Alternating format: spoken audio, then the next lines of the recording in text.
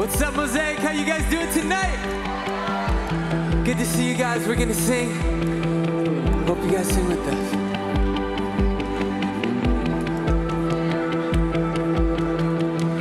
Against all hope, I will believe. Through edgy wars, you fight for peace. And you have always made a way about the beauty you create. And I know your love is strong enough to meet me where I am. And I know you keep your promises. In confidence I stand. And I know your love is infinite. It covers where I've been.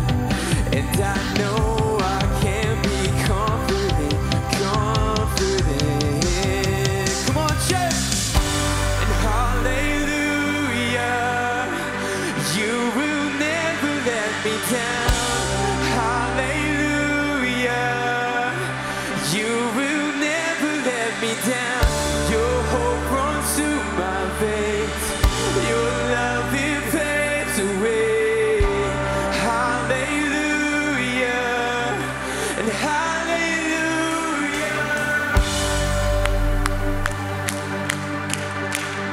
Let's sing what lies ahead. What lies ahead, I cannot see. I know your voice will carry me, and nothing can pull me from your hand.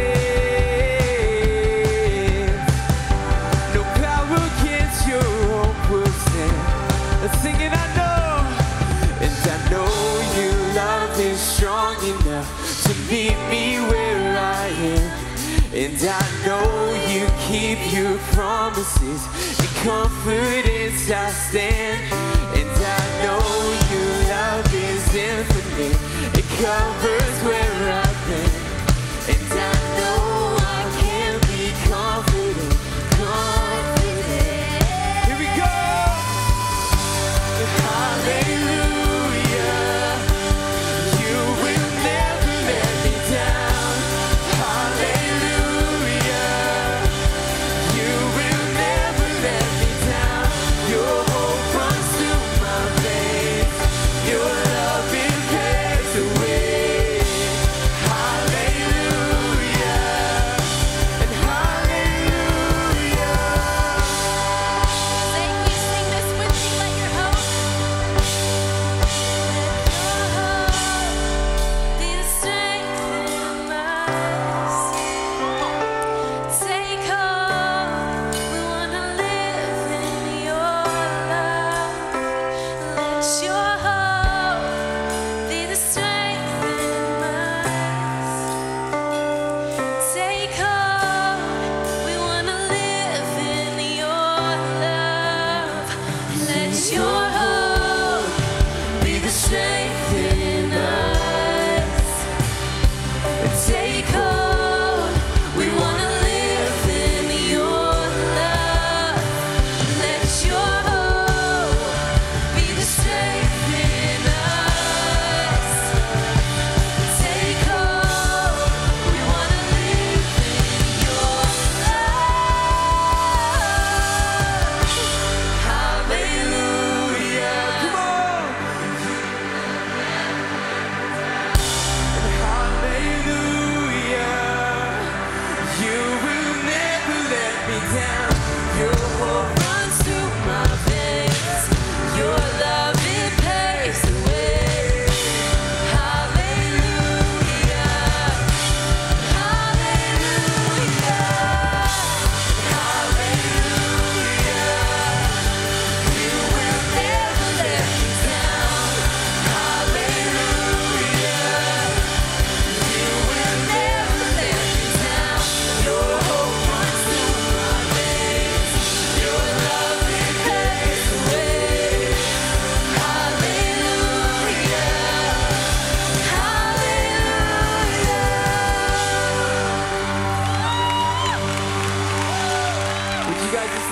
with me one more time.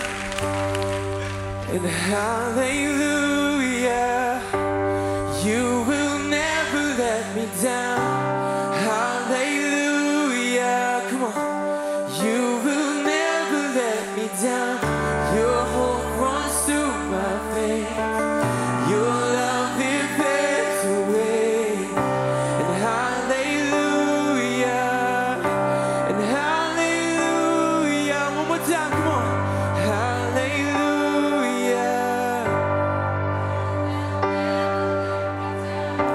and hallelujah.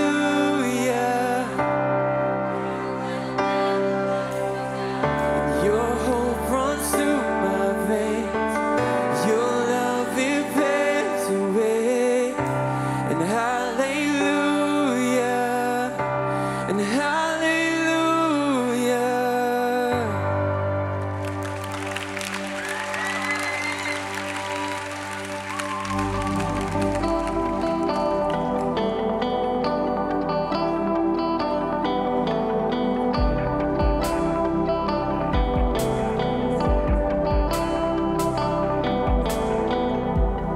My forever in your heart, your steps I will follow.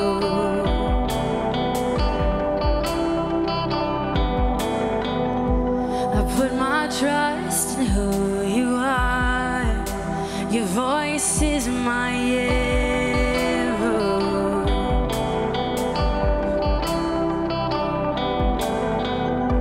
And I will walk into the dark to see how the light breaks through. I will run into your arms. I will hold on to you.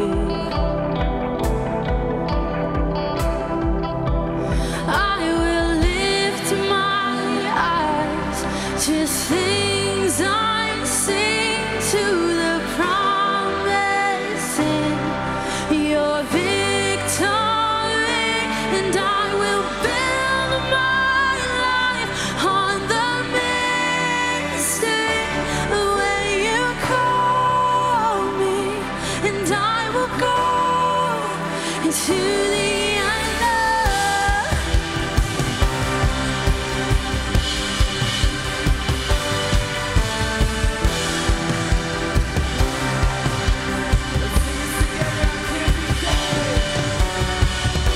I can't be shaken with your words and hidden in my heart.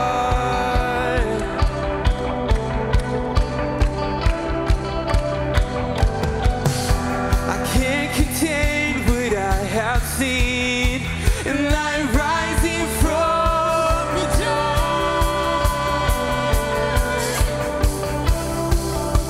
And I will lift my eyes to things unseen, to the promise in your victory, and I will build my life on the mystery where you call me, and I will go to the unknown.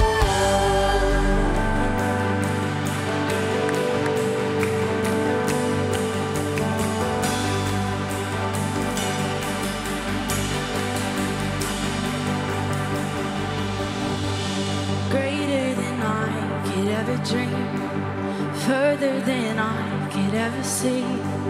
Who can compare to the greatest wonder? Higher than I could ever reach, you're stronger than I could ever be, and nothing compares to how you love me. Greater than I could ever dream, further than I could ever see. Who can compare to the greatest wonder? Higher than I could ever reach, stronger than I could ever be. Nothing compares to how you love. Lift your hands, come on. Greater than I Sing it out could ever tonight. dream. Further than you can ever see. Who can compare? Who can compare to the greatest one? He's higher Higher than I, and stronger. stronger than I, And nothing compares to how you love me. Greater than I could ever dream. Further than I could ever say. Who can compare to the greatest wonder? Higher than I could ever reach. Stronger than I could ever be. Nothing compares to how you love. I will lift my eyes to things unseen, to the promised land, your victory, and I will build my life on the mystery of where you call me, and I will go, and I will build my life on the mystery of where you call me, and I will go into the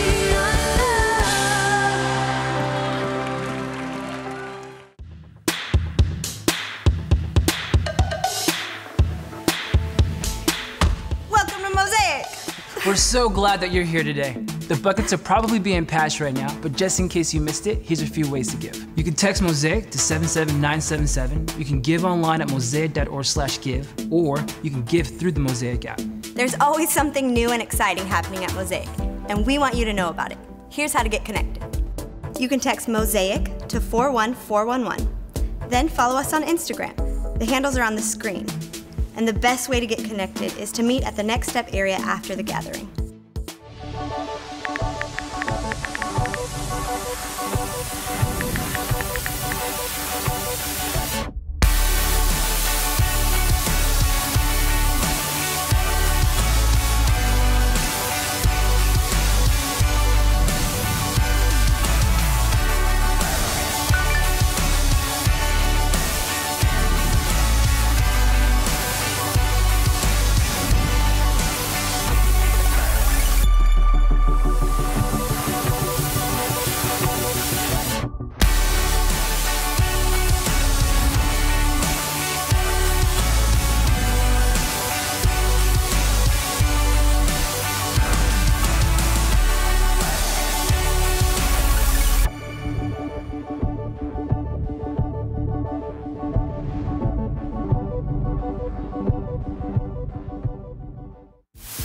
Easter is just 2 weeks away. We have gatherings all across the city, which means we've created plenty of space for you to invite all your friends. If you need more information, go to mosaic.org/Easter. It's gonna be amazing. We can't wait to see you. This Thursday, March 22nd, we are having a special Easter team rally. If you want to serve, join on a team, we would love to see you at Mosaic Hollywood, 8 p.m. See you there. See you there. See you there.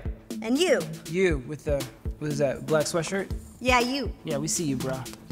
8 p.m.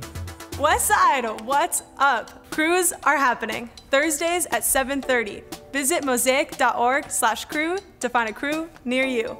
We are so excited to announce that next Sunday, March 25th at 7 p.m., Mosaic Venice will be having its very first Sunday gathering. If you live on the West Side, we'll see you there. Mosaic, we love you. Have the best week ever. You had to jump for that. I'm only this tall.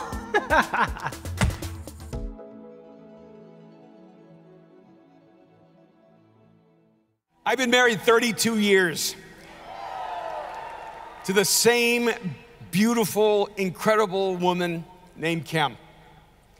And one of the things you learn after 30 plus years is that there are certain environments that you need to avoid. Certain conversations you need to not have. And that it's in those small things where big problems can arise. For me and Kim, it's going out to eat. We have the same conversation every single time. My wife loves it when I choose where we go eat. She does. She just insists on it. We'll be driving and she'll say, honey, where do you want to eat? And I'll say, honey, it doesn't matter, anywhere you want to eat. She goes, no. Today I want you to choose.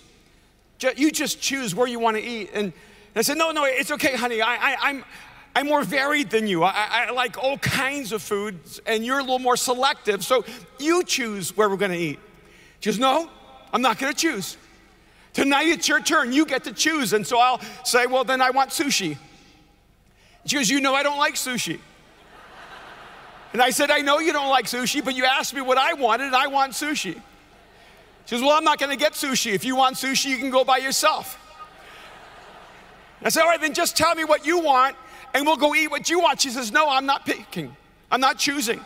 It's up to you. So then I'll say, okay, well, then I want Indian food. She goes, you know I don't like Indian food. And I said, well, sometimes you do. She goes, no, I don't want Indian food. And I said, well, you asked me to choose, and I want Indian food. She goes, I don't want Indian food. I said, okay, honey, then just tell me what you want, and then we'll go get what you want. She goes, no, I'm not choosing. I want to eat wherever you want to eat. I said, but honey, I already chose sushi, and I chose India, and then you're not saying yes. She goes, well, if you want to be really stubborn about it, we won't go eat at all. I said, just tell me what you want. She goes, no, you pick. So I choose 3 or 4 more times, and she'll say, no, I don't really feel like that tonight. I don't want that. I said, honey, just tell me what you want. She goes, no, I want you to choose. You see, I figured this out.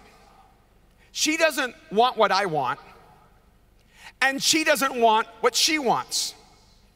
She wants me to want what she wants, so that when I choose what I want, it's what she wants.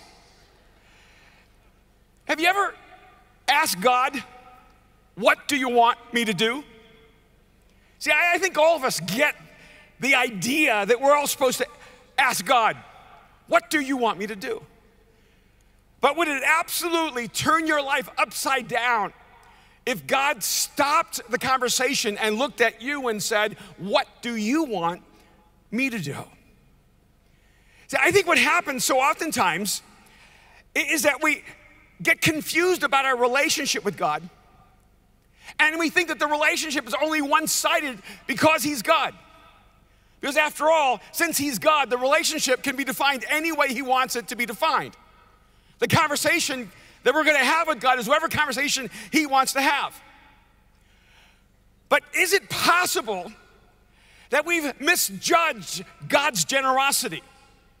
That we have misunderstood how much pleasure God finds in asking us, what do you want me to do? There is a moment in the life of Jesus in Matthew chapter 20 when we hear this specific conversation. Beginning of verse 29, it says, as Jesus and His disciples were leaving Jericho, a large crowd followed Him. 2 blind men were sitting by the roadside, and when they heard that Jesus was going by, they shouted, Lord, Son of David, have mercy on us. The crowd rebuked them and told them to be quiet, but they shouted all the louder, Lord, Son of David, have mercy on us. Jesus stopped and called them. What do you want me to do for you? He asked.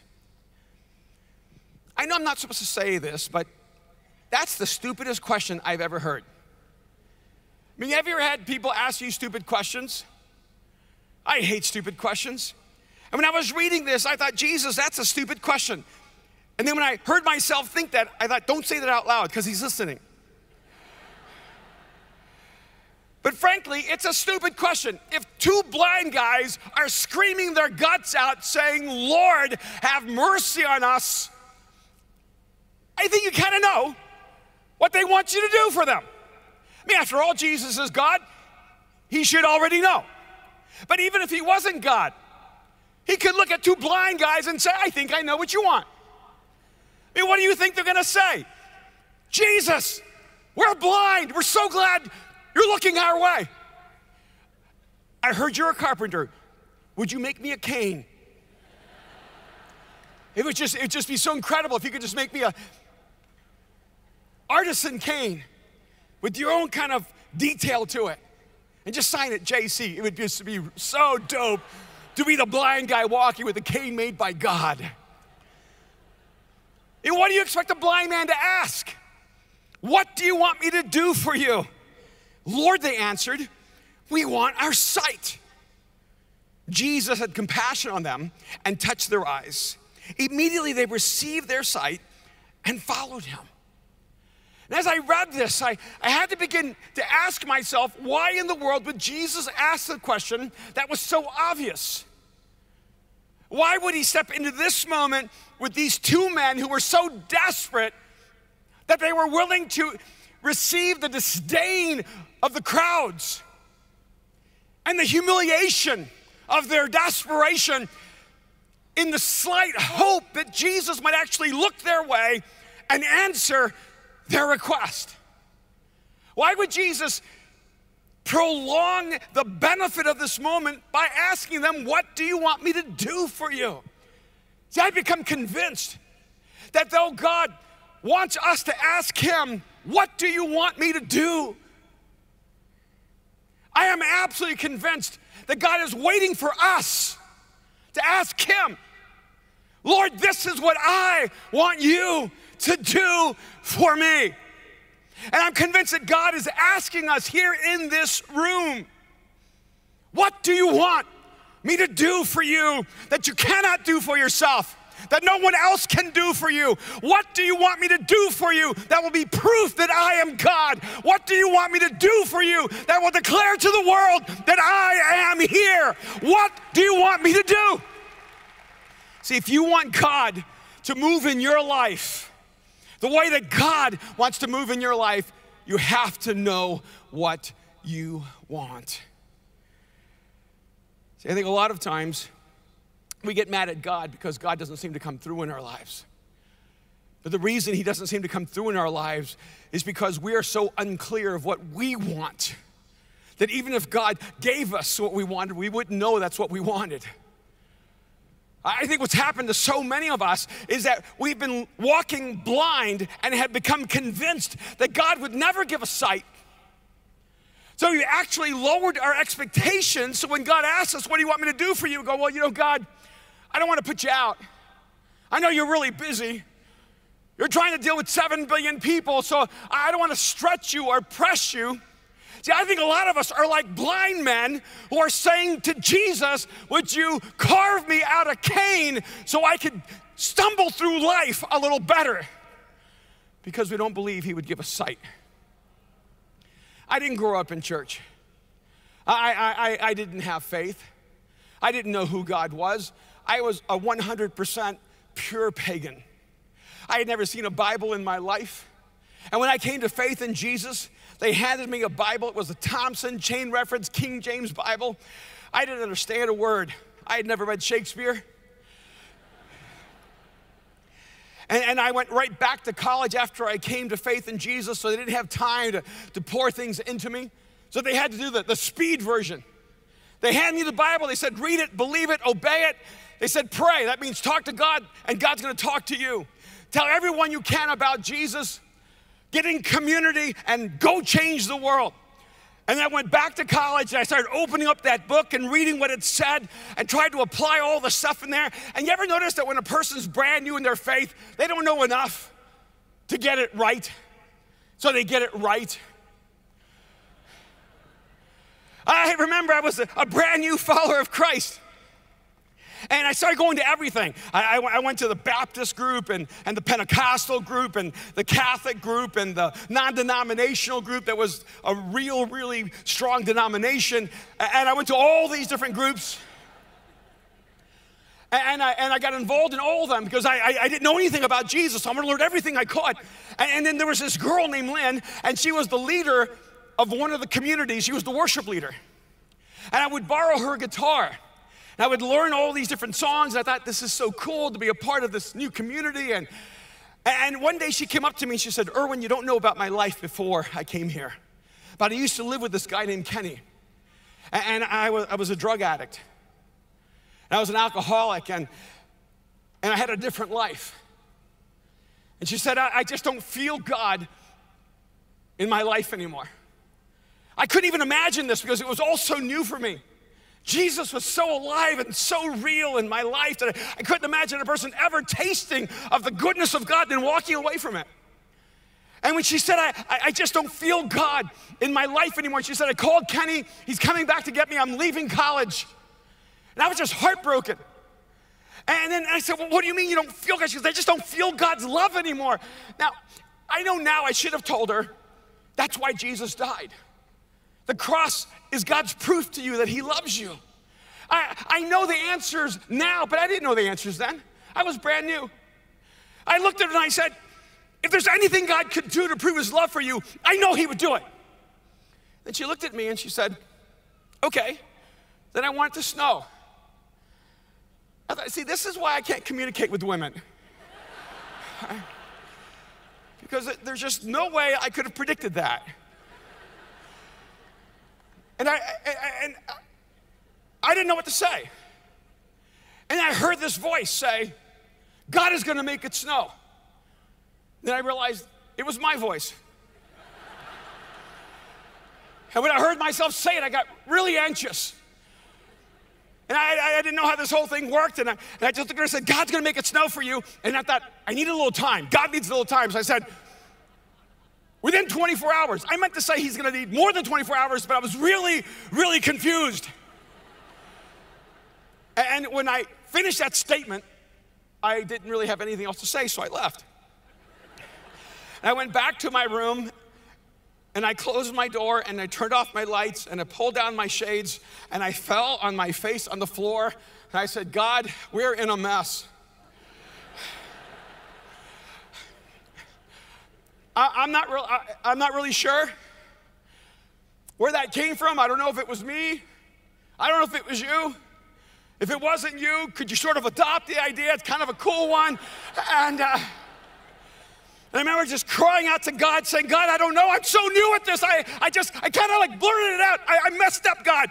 But I knew what I wanted. God, I need snow right now. I know there's no forecast for snow. I know there's no expectation of snow. God, I need snow because I told this person that you loved her and it needs the snow within 24 hours, by the way, if you're not too busy.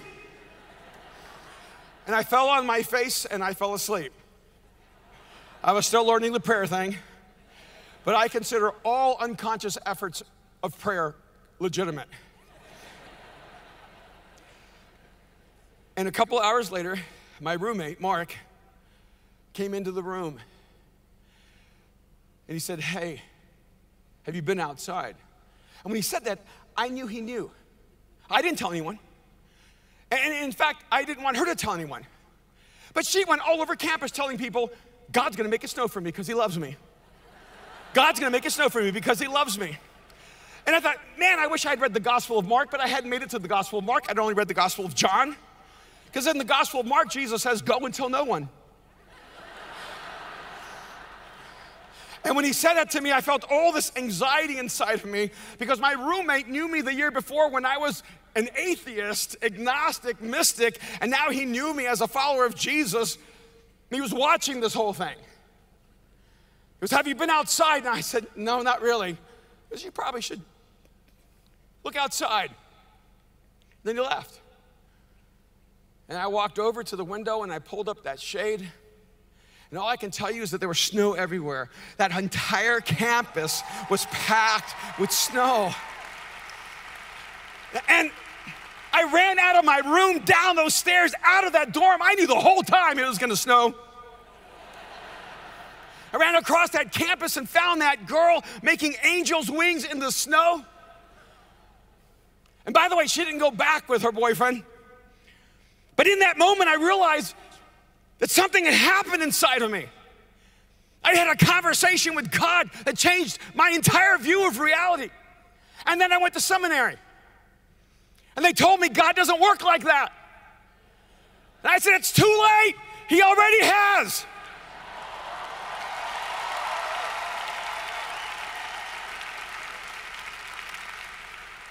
And I look at my life and I realize that so oftentimes I have lived with less faith when I have known more, and I had more faith when I knew less. I didn't know not to ask God for big things. I didn't know that it would be too brazen or arrogant to say to God, God, I need you to act in my life in impossible ways. And then we get mature. We grow up. We become reasonable. And we stop asking God for big things. See, I think some of us do not ask God for big things because we're afraid that we're going to hurt God's reputation. Because if we ask for big things, he will not come through, and we don't want to embarrass God. I think a lot of us are trying to protect God's reputation by praying small prayers and asking small things. And I actually think that so many of us are actually suffocating God by trying to squeeze into a life that's so small. It's a dreams that are so small. I think God is waiting to break out of your small life and your small dreams and your small ask and to pull you up into his big dreams and his big ask. Do you know what you want? Is there a want inside of your soul that's burning inside of you? Is there an ask that you've dared to step into the presence of God and say, God, this is the dream inside of my soul. This is what must happen inside of me. It's burning in me. Now, I know the problem. We ask for things we shouldn't ask for. And we want things we shouldn't want. But I love what it says in Psalm 37:4. I like the Good News version. It says, seek your happiness in the Lord, and he will give you your heart's desire. Do you hear what he's saying? Delight in the Lord, enjoy God, love God. And then he will give you your heart's desire. When you fall in love with God, he places a desire within your soul. You give God your heart, and he will put a passion in your heart that he wants to fulfill. So delight in the Lord, and then he will give you the desires of your heart. Now, James says it like this. In chapter 4, verses 2 and 3, you do not have because you do not ask God. We're going to come back to that.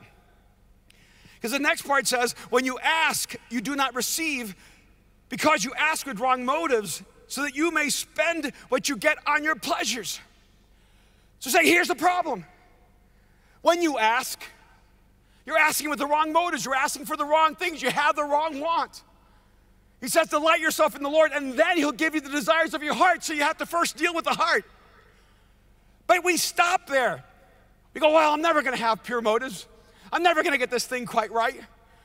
But we keep skipping the first part. You see, the motivation being a problem is the secondary cause of not receiving from God everything he wants for us. But the primary problem, he says, is you do not have because you do not ask. And you do not ask because you don't know what you want. You know, when I was in college, right after that, I transferred to a different university. And I was playing soccer and I got injured. And my roommate built a loft in our dorm room so that we could have the whole dorm room as our living room. And we slept up almost like on the second floor. And after one of the matches, I had hurt my knee so badly, I was just in excruciating pain. I kept rolling and rolling all night long. And in the middle of the night, sound asleep, I rolled so hard, I rolled out of that loft and fell on top of an Army surplus locker. Let me tell you, the military makes those things so well. And the corner of that locker had metal, and it hit my elbow just right and broke the radial head of my elbow. And when I lay there on the ground in agonizing pain, it was my good fortune to have a roommate whose major was sports medicine. And he never moved. After a couple of minutes of me laying on the ground groaning, he said, "Did you drop something? Or is that you?" I said, "It's me, it's me." He goes, "Yeah, I was afraid of that." So I need to go to the hospital. He said, "Man, it's kind of late. I'll take you in the morning." And I said, "Well, could you get me like some aspirin?" And he goes, "No, you'll be okay." So I laid there all night in agonizing pain with cold sweats, chills, in shock. In the morning, I dragged myself to the hospital. And when I got to the hospital, my arm was stuck like this. And when they measured my mobility, I had 0, 0, 0, 0 mobility. And here I was, a brand new follower of Jesus, and I was a musician at the time, and everything I did that was really a public expression of my faith was musical and festivals and different cafes and restaurants and streets. And I thought, God, why would you let this happen to me? God, why would you allow this to happen? I'm only 20 years old, and I'm going to be a cripple the rest of my life. And I went every day to rehab, 0, 0, 0, 0, 0, 0, 0, 0. And they said, whatever mobility you get in the first few days, it's all you're going to have. And the arthritis is going to set in so badly, it's going to be a lifelong journey for you. And then I sat down on a sofa, and I got a phone call. The phone rang, and it was this festival coming from Canada that heard about me, and they said, "We'd like for you to perform in our festival." And they said, and I said, "When is it?" They said, "Next month." I said, "I'll be there. I'll do it." Now, I didn't know how I was going to be there or how I was going to do it. I just didn't want to turn it down. So I said, "Yes, I'm in." And I sat down and I put the guitar on my lap, and I remember praying. I said, "God, I just want to do this for you. I just want to do this so that I can express who you are." I said, "So Jesus, would you move my arm from where it's stuck to the strings of the guitar so that at least I could play the guitar and continue doing this for you to reach others?" And I can't explain it to you, but in that moment, my arm moved from where it was to the strings instantly. And when that happened, I had this overwhelming thought. That was the stupidest prayer I've ever prayed in my entire life. I mean, why would I pray, "Jesus, heal me a little bit"? Could you, heal one eye so I could always walk to the right, clearly?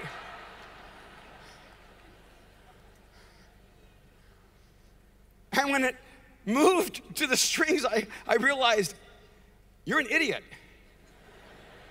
If God was willing to heal your arm to move just a few inches, he was ready to heal your arm completely, but you were willing to settle for less, so God gave you the less you were willing to settle for.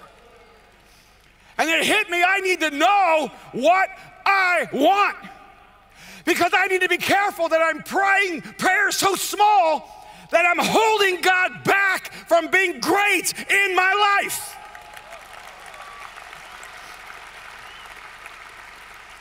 Now, the rest of it didn't come easy, but by the next Monday, when I went back to physical therapy at the medical center at the University of North Carolina, they said, "All right, let's check your range of motion." And I said, "You want me to move it like this or like this? How do you want me to move my arm?" And they said, "How in the world did that happen?" And because I was so new in my faith, I told them.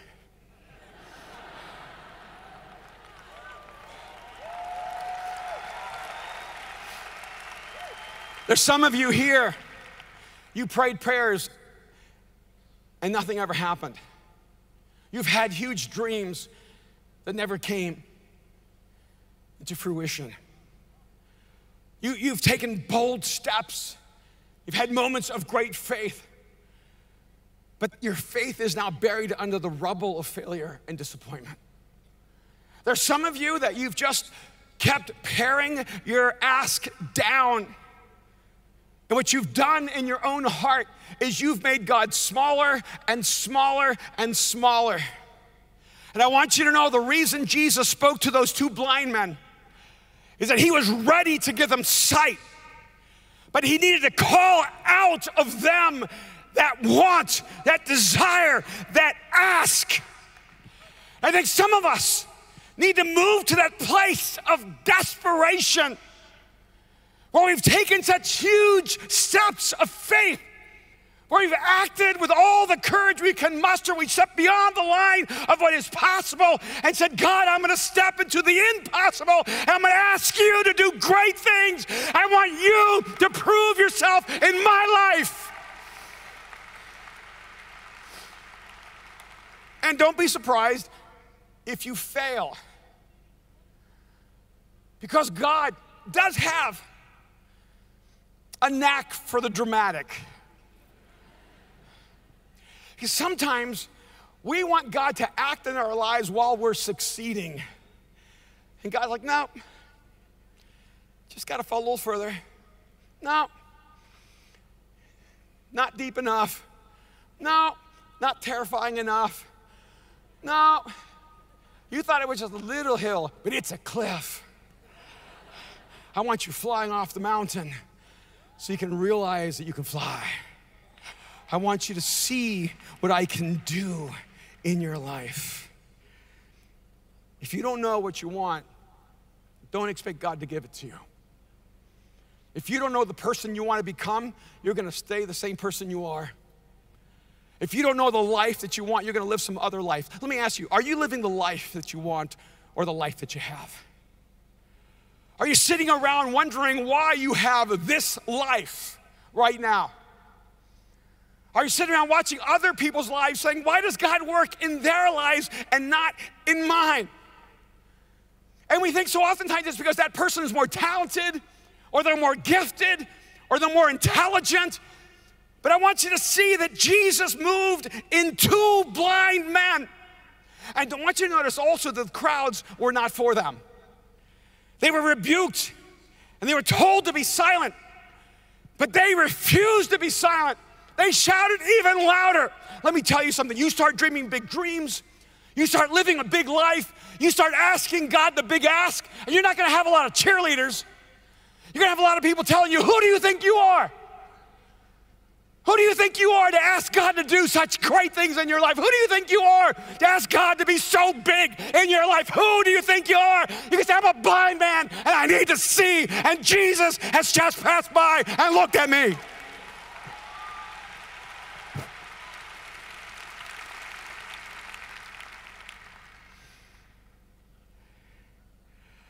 There's this beautiful passage that expands this in 2 Kings chapter 4. Beginning in verse 1. It says, the wife of a man from the company of the prophets cried out to Elisha, your servant, my husband, is dead. And you know that he revered the Lord. But now his creditor is coming to take my two boys as his slaves. Elisha replied to her, how can I help you? Well, she just told him. How can I help you? I just told you, my husband's dead. My creditors are coming. And my two boys are going to become slaves. How can you help me? Elijah goes on to say, tell me, what do you have in your house? Your servant has nothing there at all, she said, except a small jar of olive oil. Elisha said, go around and ask all your neighbors for empty jars. Don't ask for just a few. Then go inside and shut the door behind you and your sons. Pour oil into all the jars, and as each is filled, put it to one side. She left him and shut the door behind her and her sons. They brought the jars to her, and she kept pouring. When all the jars were full, she said to her son, bring me another one. But he replied, there's not a jar left. Then the oil stopped flowing. She went and told the man of God, and he said, go sell the oil and pay your debts. You and your sons can live on what is left. It's kind of a strange story, isn't it? See, I love this moment because it parallels Jesus talking to these two blind men.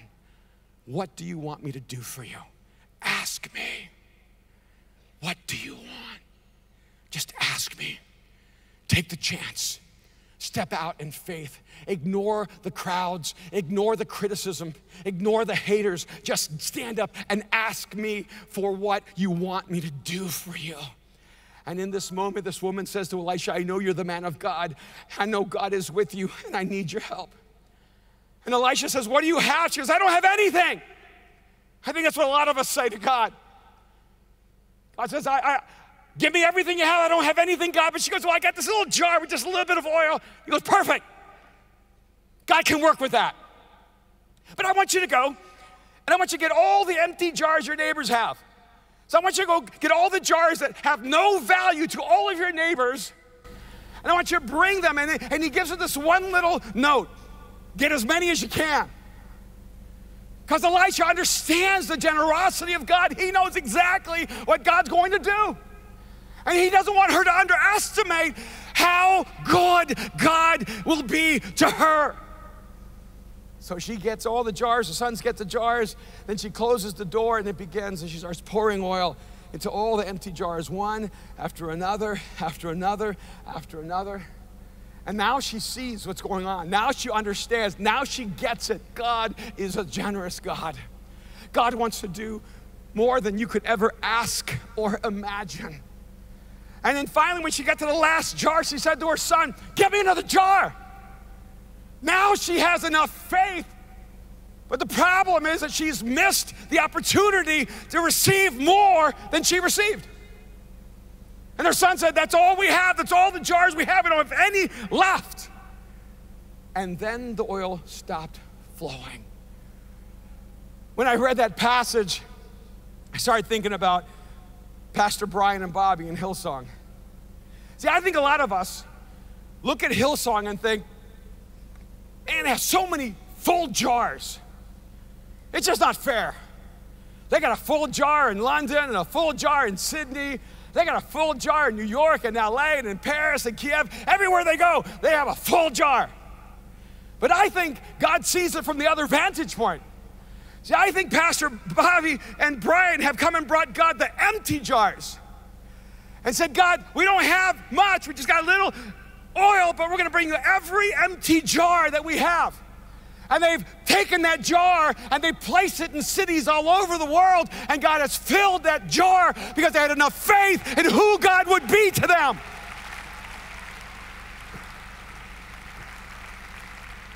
And I've been listening to the conversations. I listened to Pastor Phil Dooley from Cape Town say, we're not thinking about church growth. We're thinking about transforming a nation. I said, of course he is. Of course they are. I listened to Pastor Chris Mendez from Buenos Aires. And he told my boys from LA, he said, they gave me a city, but I'm going to give them a continent.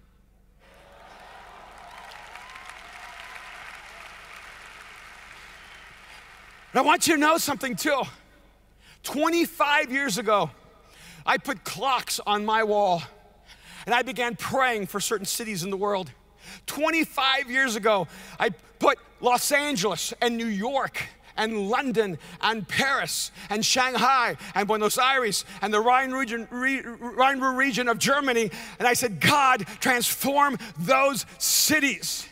I don't get it when churches get angry when great churches like Hillsong come to their cities. I want you to know, Ben Houston, you're the answer to my prayers. I've been praying for you for 25 years, boy.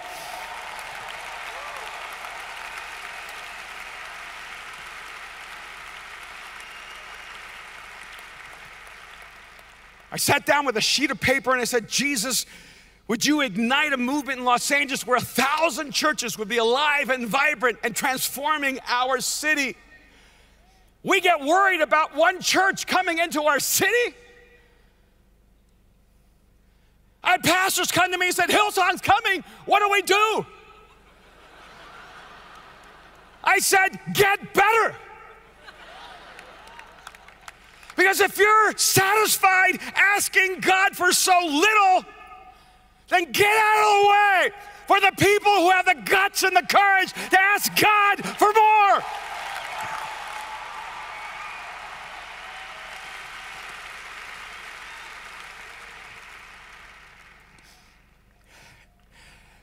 And then there's New York. And Carl Lentz and Joel Houston. Maybe 10 years ago, our lives just got really tough. I didn't grow up in the church, and I just didn't know how mean people could be. I'm just being honest with you.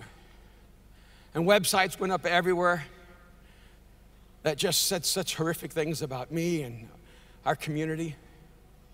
And there was even a group of Christians who created a website with an hourglass of the moment they were going to assassinate me. And on that day, my son, who was a teenager, decided that if Christians wanted to kill his dad, that he was tapping out. And he tapped out of the church, he tapped out of God, he tapped out of faith. And I lost my son. And it broke my heart. So I walked away from all the public ministry that I was involved in. I just stayed in our local church, Mosaic. And I created a company, and I went to the world of fashion and film and brought my son to work with me just so he could be close. And then he went to New York. He was walking into a nightclub one night, and the doorman went to Hillsong. Of course he did. And he recognized my son, and he said, "McManus, you're going to church with me tomorrow." And he said, "There's no way I'm going to church tomorrow." He's very colorful. He goes, "Oh, no, you are." And there was like a pretty girl involved. So she went, and he went. And the first time he went to Hillsong, New York, he heard Ben Houston speak. And then he went again, and he heard Pastor Carl speak. And then Pastor Carl grabbed my son and pulled him close. And I remember the day my son sent me a text that said, "Dad, if we make bags and make films but don't take Jesus to the world, we've accomplished nothing." And I thought, who stole my son's phone?